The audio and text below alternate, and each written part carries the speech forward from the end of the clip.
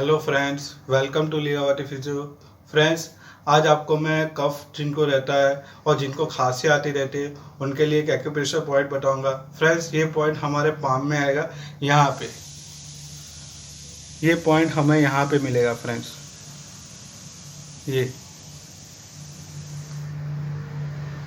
Friends इस point को आपको एक बार में 30 सेकंड तक सर्कुलर घुमाना है और 30 सेकंड तक रिवर्स मतलब एंटी क्लॉकवाइज घुमाना है। ऐसा आपको दिन में 3 से 4 बार करना है। Thank you friends.